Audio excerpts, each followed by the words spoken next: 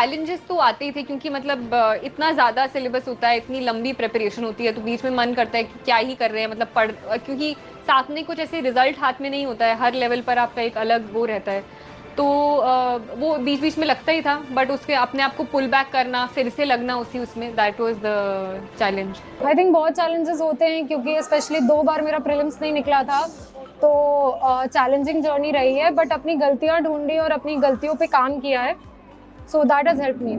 मेरा हिस्ट्री था क्योंकि बैकग्राउंड भी हिस्ट्री था, ऑल्दो उसका सिलेबस बहुत वास्ट था, वो मेरे को इनफैक्ट चैलेंजिंग ये भी लगा था, उसमें मैप वर्क भी होता था और काफ़ी वास्ट रहता था, तो उसको और जीएस को बैलेंस करना मुश्किल होता था क्योंकि चाहे सोशियोलॉजी हो, एंथ्रोपोलॉजी हो, थोड़े छोटे ऑप्शनल होते हैं। पर ऑल्दो हिस्ट्री मेरा बैकग्राउंड था, पर क्योंकि इतना वास्ट सिलेबस रहता था, तो उसको और जीएस को बैलेंस करना 2 महीने के टाइम में, वो मेरे लिए एक चैलेंज ही था। I think coming from commerce and economics background, मेरे लिए साइंस एंड टेक थोड़ा डिफिकल्ट था, तो उस चीज़ को मैंने फिर एनसीईआरटी से शुरू की और जो मेरे साइंस बैकग्राउंड से दोस्त थे उनसे इंटरेक्ट करके इम्प्रूव किया। I think hours of preparation तो जेन्युइनली मैं बोल रही हूँ, कभी मैंने ऐसे काउंट नहीं किया कि इतने घंटे उतने घंटे।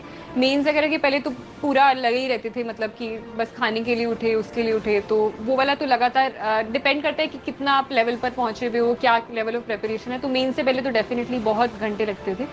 घंटे ऐसे कभी काउंट नहीं हुए, मैं कई बार ब्रेक लेती थी तो कई दिन ब्रेक भी ले लेती थी, पर जब पढ़ती थी तो अच्छे से वो कवर कर पाती। 8 से 9 घंटे में पढ़ती थी रोज, और हफ्ते में मैं फिर एक ब्रेक भी लेती थी after I used to complete 40 to 45 hours every week. So taking the right breaks and staying in touch with your family and friends is what help. तो आई थिंक तीनों, क्योंकि बहुत अलग अलग स्टेजेस के एग्जामिनेशन होते हैं, तो तीनों में अलग अलग चीज़ें चाहिए होती हैं। प्रीलिम्स इनफैक्ट इस बार भी मेरा, मैं बहुत ज़्यादा वो नहीं थी, कुछ नहीं थी, मुझे लगता है इस बार नहीं होगा इस बार, क्योंकि बहुत कट ऑफ भी नीचे आ रही थी और टफ भी था, मुझे लगा था पिछली बार से पेपर। तो प्रीलिम्स के लिए मैं पढ़ती तो वही बेसिक बुक्स थी, पर आजकल नेचर ऐसा हो रहा है एग्जाम का कि वहाँ पर जाकर लगता है कि पढ़ो ना पढ़ो सेम ही है, तो इस टाइप से पढ़ा तो मैंने नॉर्मल था। मेन मेरी स्ट्रैटेजी जो बहुत ज़्यादा आई थिंक काम आई वो मेंस वाली थी स्पेसिफिकली, क्योंकि मेंस के लिए मैंने अपने खुद के नोट्स, ऑप्शनल जो सिलेबस होता है ना, सिलेबस के अकॉर्डिंग अपने नोट्स और अपना जो करंट अफेयर्स भी होता था हर रोज़ का अखबार, वो भी मैं उन्हीं हेडिंग्स के अंदर नोट्स बनाती थी। तो अगर क्वेश्चन आते थे और प्रीवियस ईयर क्वेश्चंस पर भी एनालिसिस करके, तो फिर बाद में अच्छे से वो मैं यूज़ कर पाई अपने final exam. I think previous year questions are the golden key. आप उसमें जाइए, क्या सवाल वो पूछ रहे हैं, क्या उनके एरियाज ऑफ इंटरेस्ट हैं, वहाँ पे फोकस करिए, वहाँ आपको सब कुछ मिल जाएगा। You will find all answers, but you have to go through it many time. हर स्टेज की अलग स्ट्रैटेजी होती है। प्रीलिम्स में प्रेजेंस ऑफ माइंड और एनालिटिकल स्किल्स बहुत जरूरी है, apart from your knowledge base. नहीं, मेरा मेरा मन था आर्ट का, पापा चाहते थे कि साइंस ले लूँ, ऑप्शन बड़े रहेंगे, ज़्यादा रहेंगे, पर मेरा मन था आर्ट्स करने का। तो शुरू में पापा थे कि क्यों नहीं ले रही, बट फिर हाँ काम आ गया।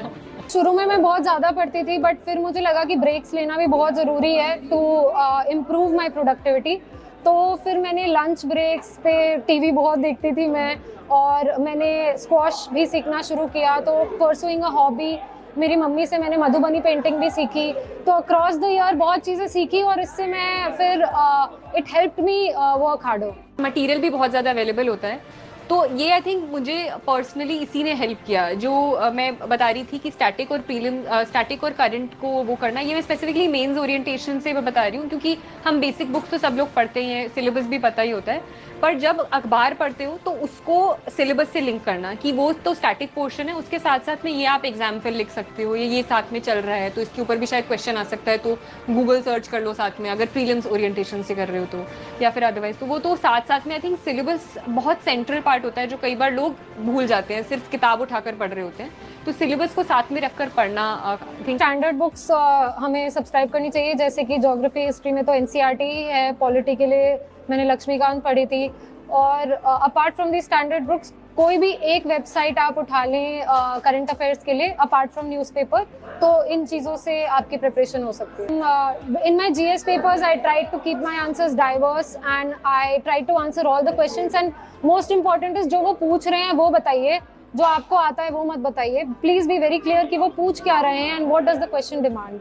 आई थिंक एस्पिरेंट के कॉन्टेक्स्ट में एक जो सबसे ज़्यादा काम करता है, आई थिंक कंसिस्टेंसी और स्मार्ट वर्क। आई फील कि उन दोनों का थोड़ा एक बैलेंस, कि आप सिर्फ वो भी नहीं कर सकते कि आप सिर्फ हार्ड वर्क कर रहे हो, पर वो हार्ड वर्क भी बहुत ज़रूरी होता है, तो एक कंसिस्टेंट लेवल पर, ये नहीं कि एक दिन बहुत ज़्यादा पढ़ लिया फिर बिल्कुल छोड़ दिया, तो कंसिस्टेंसी आई थिंक बहुत important. Balance is very important. Academics, friends, family, and your health. Don't compromise on these things. Set a minimum that I'm not going to reduce my health or reduce my social circle. So